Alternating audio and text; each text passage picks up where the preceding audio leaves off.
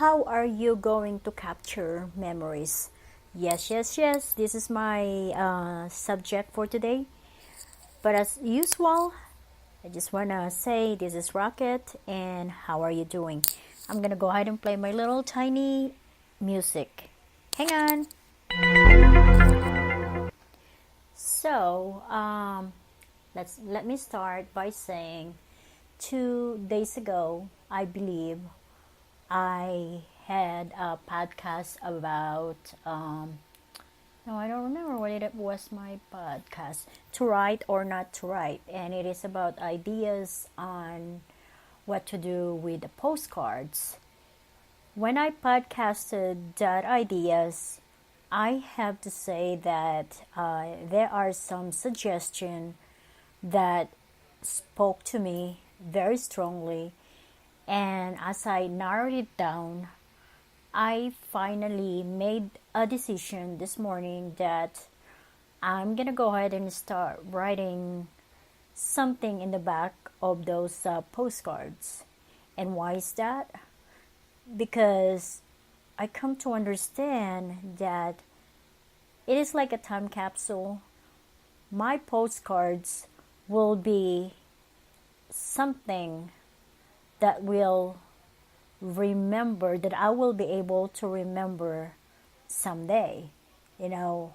So I want to make sure that this is something that I have to keep up. I had mentioned that on most of the postcards that I had bought when we went antiquing in an eBay, they had written notes in the back, and I love reading them. That is because it has a story. It tells the month, the year, the date, the time, and even where this postcard came in. And I like that. When I read those postcards, I always remember I will be put in a position of like once upon a time in the 1900s, someone owned this postcard and someone wrote something in the back and sent it to someone else. That is like me, got a glance of what was happening then, that time, whoever was the sender of that postcard. And I like that. It is one of those things that I recognize that once upon a time, this postcard only meant for someone else. Now it passed on to many generations. Now I got it. So what I started doing was I started sharing those messages on my Facebook, telling them what was what was going on in the sender's mind. Like the other night, there was this lady who sent a postcard, and all she said was she made it to Portland. Everybody met her at the train station, and it was cold out there, and she's gonna write back a letter to someone. That alone is a story of someone who went traveling, who was there, how was the weather feels like, and decided that she's gonna get back to whoever she was talking to. So that hit me. So I wrote my first note today on one of the postcard that I bought recently.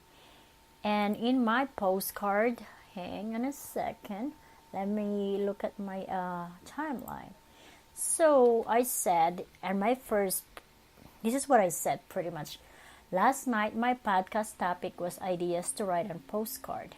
I tapped to an idea, why not start writing something in the back of my postcard about what comes to mind in that moment. Notice, like a time capsule, pretty much.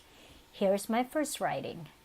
The date is 7/23/2018 at 8:05 p.m.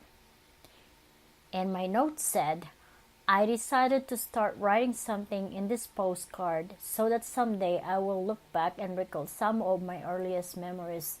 It is Sunday, and I am in my art room. Rebel is in the other room watching TV.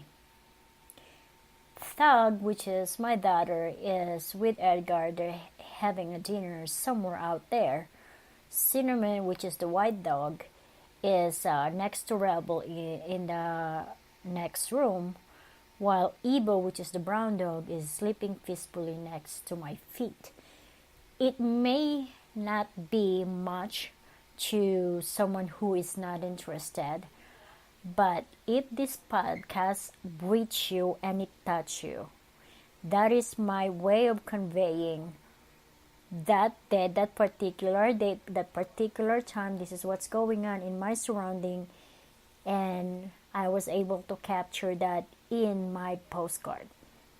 I am going to say it's a good start of capturing thought, which I probably will suggest if you're listening to this podcast to start writing your thought, and like I said, you will get a lot of ideas from my previous podcast with the subject line to write or not to write if you decided to do what I just started.